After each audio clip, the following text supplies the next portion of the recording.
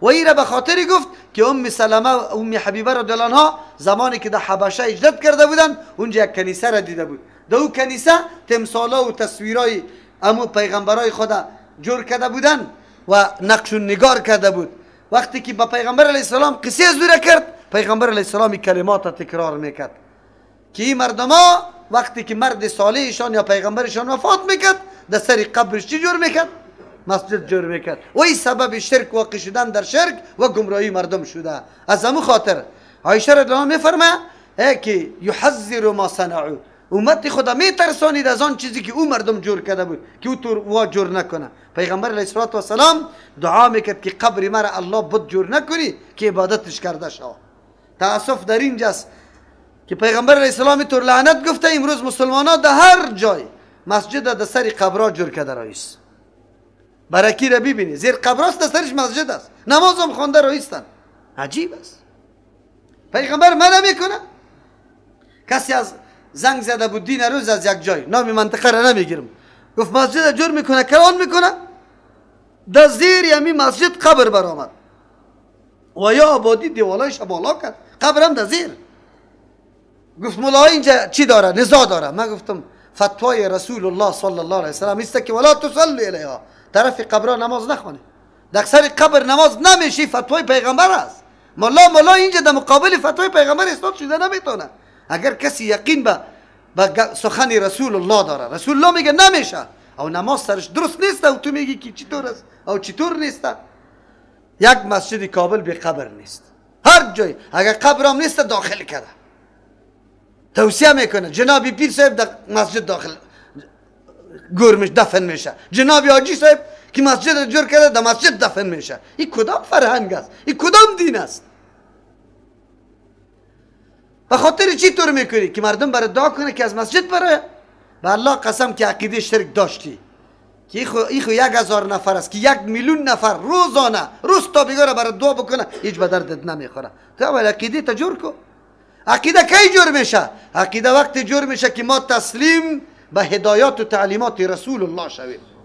و رسول الله گفته که قبر در مسجد نباشه. اگر تو مسلمانی واقعیستی آخرت عقیده داری باید پرسان کنی که پیغمبر چطور فرموده، چرا قبر خدا در مسجد توصیه میکنی و دیگه مردم اونجا دفن میکنه؟ امروز حالات ما را ببین. ما اول کدام خرابی خود اصلاح کنیم؟ شما بگوید. این دین بیان شده، این مردم از دین آگاهی داره. اگر آگاهی می داشته می کار میکنه. برید در شهدای صالحین و در شهید شمشیره چقدر نمازها خوانده میشه در پالوی قبر، چقدر مزارات جور شده، گنبدها جور شده. در اونجا در هر زیارت مسجد است، در پالوی قبر مردم نماز میخوانه، طرفی قبر نماز میخوانه، طواف میکنه، خاکشا میخوره. کدام گپ است که نیست؟ این دین است. ما به قرآن عقیده داریم. کدام عقیده؟ عقیده قرآن چیست؟ دلیل میگیره امی قبر پرستا میگه اینه مسجد جور کرده، شریعت من قبل ناس. اول خو اینجا در مقام مزامت است. الله مسجد جور کردن عملی او کسایی ساخته که او مردم غالب بالای کاری خود است، یعنی مردم های چی است؟ زوردارای کار کرده. علما خوی کار نکرده. یکی. دوم اگر شریعت من قبلنا هم باشه لیکن او وقتی قابل قبول برای ماست که در شریعت ما در ضد از او چی نباشه؟ نص وجود نداشته باشه. او اینجا پیغمبر چی گفت؟ لعن الله الیهود و نصارا. پیغمبر لعنت گفت. از او خاطر این سند و دلیل شده نمیتونه. پیش براتان گفته بودم که قبر رسول الله صلی الله علیه وسلم و زوال در بین خانه بالا شده. مسجد وقتی که توسعه شد سر از اون سعید ابن مسیب رحمه الله تابعی جلیل القدر مانع شد از این گپ، اما پاچا به گپی از زیر نادیده گرفت، وسعت داد، به او جانب هم وسعت داد، قبر در بین مسجد آمد. اما الله متعالی طور انتظام پیغمبر دعایش قبول کرده که در گرد قبر پیغمبر کسی هم طواف نکرده و نه طرفش چی میشه؟ نماز خوانده میشه. در یک جانب است، هیچ قبله طرف چی نمیشه بلکه دیگه طرف میشه. از او خاطر الله متعالی رو حفاظت کرده و این هم سند شده نمیتونه. در اینجا که چیسته این مردم در بین خود اختلاف کردند و کسی گفتن که بند کنیم، کسی گفتن که مسجد جور کنیم. حالی این در اون زمان بوده؟ نه. بله، از امو خاطر است که یک تعداد مفسرین میگه که در زمان بعد از عیسی علیه السلام تعلق داره. پس از عیسی علیه السلام زمانی که پادشاهای روم و تا وقت نصرانی نشده بود سخت ظلم میکرد، هر کسی نصرانی که میدید میکشت. از امو خاطر اکثر مردم در مغاره ها پناه بردن. از جمله تابعین دین عیسی علیه السلام زیاد مردم راهبا بوده که در مختلف غارا پناه بردن. از امو خاطر موقعیت غار عالی تعالی مشخصی نیست به طریق درست و به سند. بعضی در ترکیه، بعضی در فلسطین، بعضی در طرف سوریه، در لبنان، در این جاها میگه. اما در اون زمان بسیار مردم بوده که در غارا پناه برده از زور و ظلم پادشاه. از او خاطر مشخص شده نمیتونه که غاری که اصحاب کف دو است کدام است. شاید آلی در این زمان شهرت داده باشه بعضی جاها را. خب هم شهرت دادن به خاطر این گپ است که مردم اونجا پیسه بگیره، مردم سیل واری برش بیا. اما در اون جاها سفر کردن درست نیست که ما بریم اونجا تبرک حاصل کنیم یا این اصحاب کهف است اونجا برکت داره. از همون خاطر است که با غار حرا رفتن، در اون غاری که وحی الله سری پیغمبر آمده، و نه غار ثور رفتن، غاری که پیغمبر در اون پناه برده، رفتن از او این کدام هیچ ثوابی نداره، نه اونجا دعا قبول میشه. جای ما که میره به جای از که در حرم یک چند طواف بکنه میره اموتر سیاحتا در اونجا یک مرتبه برای دیدن درست است، اما این طور وقتی خود در اونجا زیاد ضایع کردن خوب نیست. در اون طور جایی که رفتی طواف زیاد بکن، در مسجد حرم جماعتی تا بخوان که نماز یک نماز برای یک لک برابر یک لک نماز است. این طور جایی دور دور رفتن و وقتی خود ضایع کردن و چندین مرتبه رفتن این خوب نیست. چرا؟ این موجب نه قبول شدن دعاست و نه کدام ثواب برای آدم داده میشه. از همون خاطر است که در شریعت اسلامی سری قبرها مسجد جور کردن یا جای نماز جور کردن این قطعا نارواست، نادرست است و مردم رفتن در اوجا او را موجب ثواب دانستن، از این منع شده. تاسف است که امروز در افغانستان ما آن مزار به نام قبر سخی شهرت پیدا کرده در حالی که اصل حقیقت هم نداره. از همون خاطر به خاطر ازی که مردم او را زیارتگاه جور کرده میره و سفرها برش میکنه قطعا نیست، در حالی که قبر علی رضی الله عنه در کوفه است، بلکه به خاطر که خوارج دشمن علی رضی الله عنه بود به خاطر دفن کردن از او چند قبر کنده بودن. علی رضی الله عنه در یک قبر دفن کردن، دیگه قبرها را پوشاندن به خاطر که کس معلوم نکنه که کدام قبر است و بعزتی جسد علی رضی الله عنه را دشمنایش نکنه. امروز در مزار اون قبر سخی است، او را خود چی میکنی که در هر جای پایگاهی سخی است، در هر جای که بری شاهی مردان است، در هر جای که بری سمی دلدل است، در هر جای که بری اوخوری دلدل است. این گپا کلش واهیات و دروغ است. کسی که در این طور جاها سفر میکنه او را متبرک میدانه، نعوذ بالله در بدعت و شرک واقع میشه، یا شرک واقع میشه که او را مستقیم حاجت روا میدانه، یا است که در بدعت واقع میشه که کاری را میکنه که رسول الله او را لعنت گفته و منع کرده. این کارا قطعا نیست. امام زمان چوبکار یک چوبک سنقالگک جور میکنه، چوبک در سرش یک رخته کمیده. امام زمان در لبی سرکای مردم است. سرکای مردم چی کرده؟ بعضی به نام امام زمان، بعضی اینجا خون شهید ریخته. ایش خون شهید سرکا را بند کرده. او برادر خون شهید ریخته چی میکنی؟ خون شهید چی طور کنی؟ از من ببروس و کشه. سرک مردم تنگ کرده، موتر تیر شده نمیتونه، خون شهید ریخته. ولی خون شهید ریخته چی شده؟ در شریعت برای تو چی گفته؟ بسیار حالات خراب است. الله بفهمانه مردم که طور کارا را نکنه.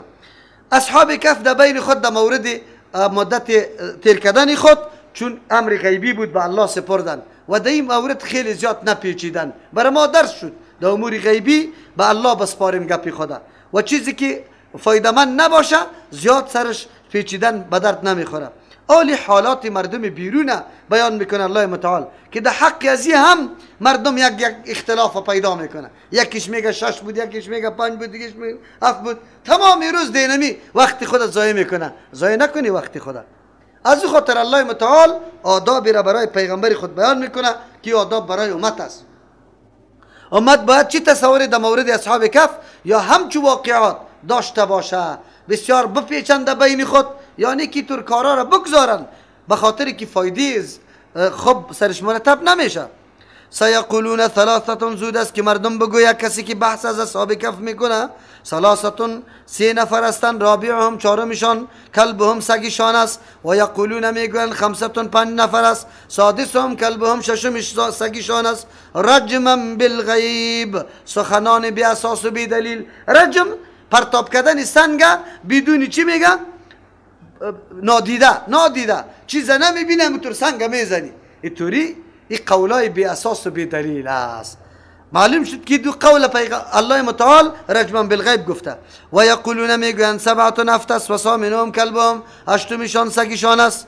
این مفسرین میگه که همین 7 نفر است. چرا الله این رجم غیب نگفت و ردام نکرد؟ کسایی که گپ میزنه مزاحمتشان بیان نکرد.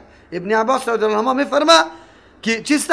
ما از جمله قلیل هستم. قل ربی اعلم بعدتهم، بگوی پیغمبر علیه السلام که پروردگار ما خوب عالم است به شماری از یا ما یعلمهم الا قلیل، نمیدانه شمار واقعی و اصلی از یاره مگر خیلی نفری کم. ابن عباس رضی الله عنه میفرمود ما از جمله کم هستم، یا 7 بودن، 7، هشتمشان چیست؟ سگشان است. اما الله متعال تو نگفت به پیغمبر که 7 بودن. منظوری الله است در اینطور موارد پیچیدن درست نیست، فایده نداره. تعدادی از یا اگر 3 باشه، اگر 10 باشه، اگر 20 باشه، و ما چی منفعتی برای ما حاصل میشه؟ بله، از همون خاطر است که واقعات اصحاب کف 2 جنبه داره. یک جنبه که واقعا آموزنده است، درس برای ما میده. یک جنبه تاریخی که او قدر مهم نیست. از همون خاطر قرآن تمرکز در او جنبهش میکنه که او مهم است، درس برای ما است.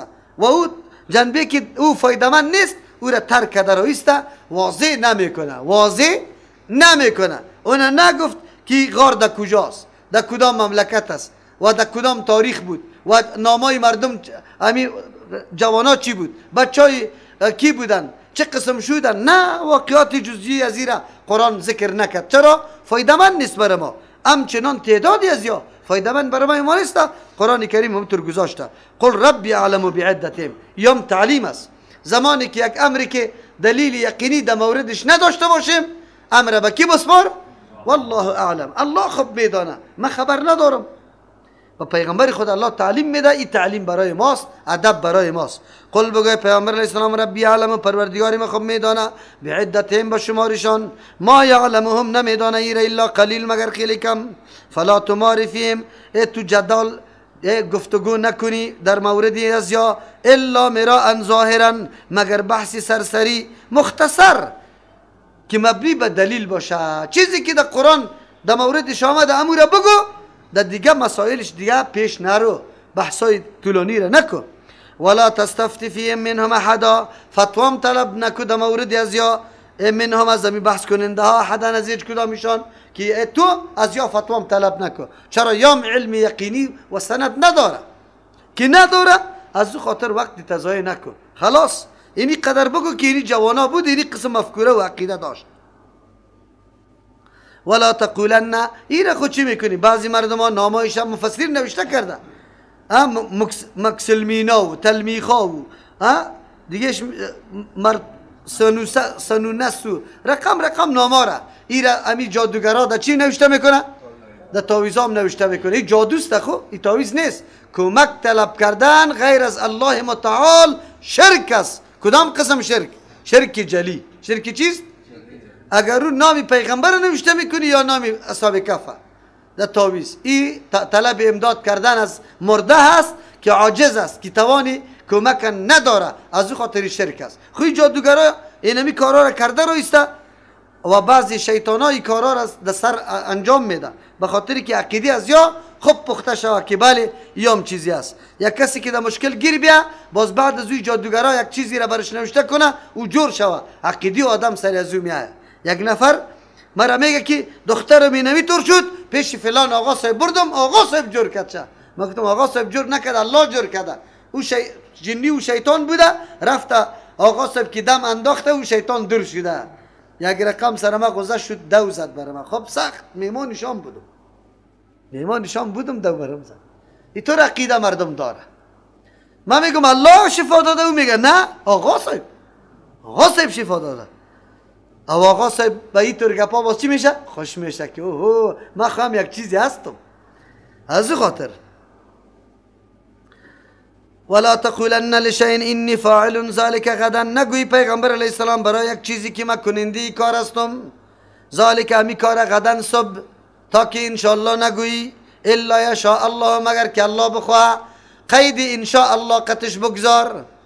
پیغمبر علیه السلام زمانی که دمی 3 مورد سوال شد، در مورد روح، در مورد او کسی که مشرق و مغرب پاچایی کرده و او کسایی که در غار پناه برده، پیغمبر علیه السلام گفت که ما ثبات جواب میگم. انشاءالله را نگفته بود. الله متعال وحی را تعطیل کرد، 15 روز وحی نآمد. چرا؟ به خاطر که پیغمبر انشاءالله نگفته بود. درس عظیم شد برای ما و تو. چرا؟ وقتی که تو فلانی کارا میکنی سبا میایی در ترجمه، نگو که میایم، بگو انشاءالله میایم. چرا؟ میایم خبر از غیب است. تو چی میفهمی که تو زنده میمانی یا نه؟ بسیار مردم هسته آرزوها و آمالای خیلی زیاد داره، لیکن موترش تکر کرده، در انفجار از بین میره، اپندکس شده، فشارش بالا رفته، سکته مغزی کرده، هیچ باقی نمانده، خلاص رفته. امر آینده را تو علم غیب نداری، برات معلوم نیست. کلمه انشالله را بگو اگر الله خواسته بود. چرا؟ همه امور ما در مشیت کیست؟ الله متعال است. اینی را مردم میگه بندگی. چقدر فرق است که بگوی سبا میایم و بگوی که انشاءالله سبا میایم. اگر الله خواسته بود بله، اگر الله نخواسته بود مرا مرگ داده بود، اگر الله نخواسته بود یک کار دیگه مبتلا ضروری دیگه برای من پیدا شد، نمیتونم. الله متعال ادب بر ما نشان میده. واذکر ربک ولا تقولن لشیء، نگویی برای چیزی انی فاعل که من کننده هستم، ذالک همی کار غدا سبا، الا یشاء الله، مگر اگر الله بخواه. واذکر ربک، یاد کو پروردگاری تیزا نسیت، زمانی که فراموش میکنی، و قل بگو عسای یهدینی، امید است که هدایت کنه ربی برای ما، لاقرب من هذا، به نزدیکترین ازی، رشدا از حیثیت چی؟ هدایت. یعنی اصحاب قصه اصحاب کهف کدم خیلی واضح تر و روشنتر دلیل نبوتی مرا الله پیدا کنه. از این کدام دلیل نبوتی واضح الله برای ما بده که کیست؟ قرآن کریم است. قرآن از واقعه و داستان اصحاب کهف کدم دلیل نبوتی کی شد؟ رسول الله صلی الله علیه وسلم. تو یک دفعه یک گپ گفتی، امیالی تو گفتی سبا ترجمه میم، پس آن دهاتی آمد که من چطور همینطور گفتم، امو وقتم که دهاتی آمد چی باید بگوی؟ انشاءالله. ای اگر مدت زیادی تیر شده بود باز بالکل از گناه خود خطا دادی. الله فرمان داده بود که انشاءالله بگو، آلی فراموش شده بود، آلی دهاتی آمد انشاءالله گفتی، از گناه بد شدی. اما مسئله کفاره قسم ای چی نمیشه، از بین نمیره. اگر متصل انشاءالله بگوی قسم سر حانس نمیشی. از امو خاطر است اکثر اوقات که مردم براتان میگه که سلام مرا به فلانی میگی و میفهمی که فلانی ده فراموش میشه، گفته نمیتون، چی باید بگوی؟ انشاءالله بگوی. باز اگر نگفتی تو ده گناه نیستی. قسم کلمه انشاءالله میده میکنه، هیچ حانس نمیشی. چقدر امری آسان است. الله متعال حرج سری بندگان خود نآورده. میفهمی گپ از عهده ما است یا نه؟ اگر نیست و این دوست جوابم داده نمیتونی، چی برش میگی؟ انشاءالله. در حالی که امو کار تو دلت نمیخواه. چرا نمیخواه؟ این سفارش ظلم است، این سفارش بیجاست، این در گناه واقع شدن است، در گناه شریک شدن است. حالی تو چی بگو؟ انشاءالله من کوشش میکنم. در چی مورد کوشش میکنی؟ در خطا کردنش یا در کردنش؟ در خطا کردنش، در خطا کردنش کوشش بکن، انشاءالله بگو، تو حانس نمیشی. اما اگر یک کار گفته بودی که قسم خورده بودی که من این کار میکنم و بعد از او پسان یک ماه بعد میگی که انشاءالله، نه، کفاره سر دسته اگر او کار مرتکب شدی. پس معلوم شد که گفتن انشاءالله ولو مدتی زیاد سرش تیر شده باشه گناه را چی میکنه؟ مؤاخذه الله متعال از بین میبره، اما کفاره قسم از بین برده نمیتونه. واذکر ربک ولبثوا فی کهفهم 300 سنین، درنگ تیر کردن در غارشان امی اصحاب کهف 300 سال و ازداد و تسعا زیاد کردن نوره. مفسرین میگه که مراد از 300 سال سال شمسی است، 9 سال دیگه اضافه این سال قمری است. از او خاطر 300 سال شمسی و 9 سال هم چیست؟ قمری اضافه شد که 309. از حساب قمر 309 سال، از حساب شمس 300 سال. لیکن ضرورت به این نیست. ما چی ضرورت داریم؟ اینجا فقط الله گفته که 300 سال خود زیاد کردن 9 ساله. 300 سال خو بودن، 9 سال دیگه این بعد از اطلاع حاصل کردن قومی گپا بود. یک تعداد مفسرین طور میگن، یک تعداد میگن نه، مجموع حالاتی که سرش آمده بدون تقسیم و تعیین بس 309 سال هجری بوده. قل الله اعلم بما لبثوا، بگو که الله خوب عالم است با آن چیزی که یادران کردن. له غیب السماوات، ایتر امور به الله والا کردن مناسب است، جر و بحث کردن خوب نیست. له خاص در اختیار الله است غیب السماوات والارض، پوشیدی آسمان ها و زمین. نه ملک از این خبر داره، نه پیغمبر، نه ولی، نه کسی دیگه، نه جنی، هیچ کس خبر نداره. غیب خاص است برای الله متعال. این نفی علم غیب از همگی شده. این تنها در این جنه بلکه در صورت های متنوع، آل عمران، انعام، یونس، در بسیار صورت ها آمدن، نمل، صورت جن، در زیاد جا. ابصر بهی و اسمع، چقدر خوب بیناست و چقدر خوب شنواست. هیچ چیز از الله متعال، هر چیز میبینه پنهان نیست. هیچ گپ از الله متعال پنهان نیست، میشنوه. این صیغه تعجب است. ما له من دونی نیست برای مردم بغیر از الله متعال می ولین، کسی که یاور باشه، کارساز باشه. ولا یشرک فی حکمی، شریک نکرده الله متعال در حکم خود احدا، هیچ کسی را. دو قسم ولایت ما داریم. الله متعال رد میکنه، میگه هیچ نوع ولایت برشان نیست. یکی ولایت خاصه است، یکی ولایت عامه است. ولایت خاصه برای مؤمنان می باشه. او این ولایت عبارت از چی است؟ توفیق اعمال نیک، توفیق ایمان که الله به کسی نصیب میکنه. ام عمل نیک میکنه، ام ایمان درست الله نصیبش میکنه، نشر اشاعت و دعوت میکنه. این چیز ولایت خاصه. این فقط الله متعال تنها برای مؤمنان خاص کرده، به عام نیست. او یکی ولایت عامه است. ولایت عامه عبارت از چی است؟ دادن رزق و این گپا است، راحت و کم برای مؤمن است، هم برای کافر است. اینجا که الله میگه ما له من دونه ولی، هیچ ولی، کارساز و یاور برای از یا نیست اگر یاد مشقت واقع شود. ولا یشرک فی حکمی، شریک نمیسازد در حکم خود احدا، هیچ کسی را. حکم دو قسم است، یکی تکوینی، یکی تشریعی. حکم تکوینی، امروز باران شوه یا نشوه، فلانی بمره یا نمره، مریض شوه یا نشوه، کلش احکام چی است؟ تکوینی است. دیام امروی الله هیچ کسی مشترک نیست و نه عاجز از کسی است و نه الله متعال از ارادش پس گردانده میتونه، هیچ کسی نمیتونه. این حکم تکوینی نه خاص است برای الله. پس مردن و زنده کردن و اولاد دادن کلش احکام تکوینی است. زنا خیر چرا میره، مردم چرا میره در سخی صاحب که اولاد برش، بچه برش بده. زمانی که به این عقیده رفتی در او قبر که برای ما بچه بده، اولاد بده، در حکم تکوینی الله متعال تو سخی صاحب شریک کردی، تو مشرک میشی. شرک کردی و مشرک شدی. چرا؟ در حکم تکوینی الله تو کی را شریک کردی؟ سخی صاحب مخلوق شریک کردی. این حکم تکوینی میگه. قرآن میگه که در حکم خود الله کسی را شریک نکرده. او تو یک در شریک کرده داشتی، چه رقم مسلمان هستی؟ با قرآن چه قسم عقیده داری؟ قرآن خبرت میگه که الله در حکم تکوینی خود شریک نکرده. بعضی مزخرفین بازی طور میگن بله حکم تکوینی مستقل برای کسی نیست، لیکن الله عطا و بخشش کرده. عطا و بخشش کرده، این از کجا معلوم میکنی که عطا و بخشش کرده؟ ها؟ سند بکش که الله بخشش کرده.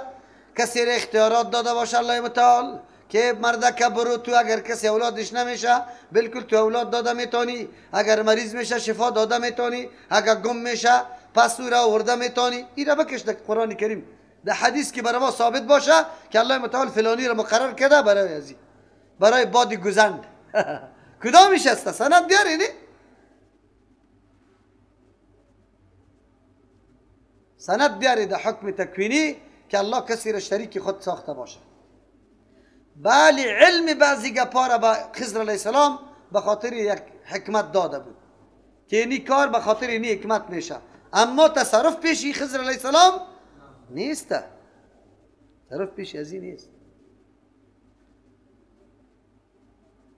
زن آمد برای شیخ عبدالقادر جیلانی گریان کرد که یک بچه داشتم و مرد. یک دفعه چیسته؟ چی میگم این پیرا باز؟ خب میگم نه چی به جوش آمد؟ پیر صاحب چیش به جوش آمد؟ جذبه و تجلیاتش به جوش آمد. رفتم و صندوق ارواح را زد قطی بکس خود میده کرد. در او ساعت که کلی ارواح را ملک الموت گرفته بود پس چی بدنهای شان رفت. این منافات با این آیت داره یعنی که موافق آیت است؟ منافات ضد آیت قرآن کریم است. این عقیده ها یک سنگتراش است. الله میگه که برای ازی چی نیست؟ اولاد نیست، پس آن باز اولاد برش میده. عجیب است.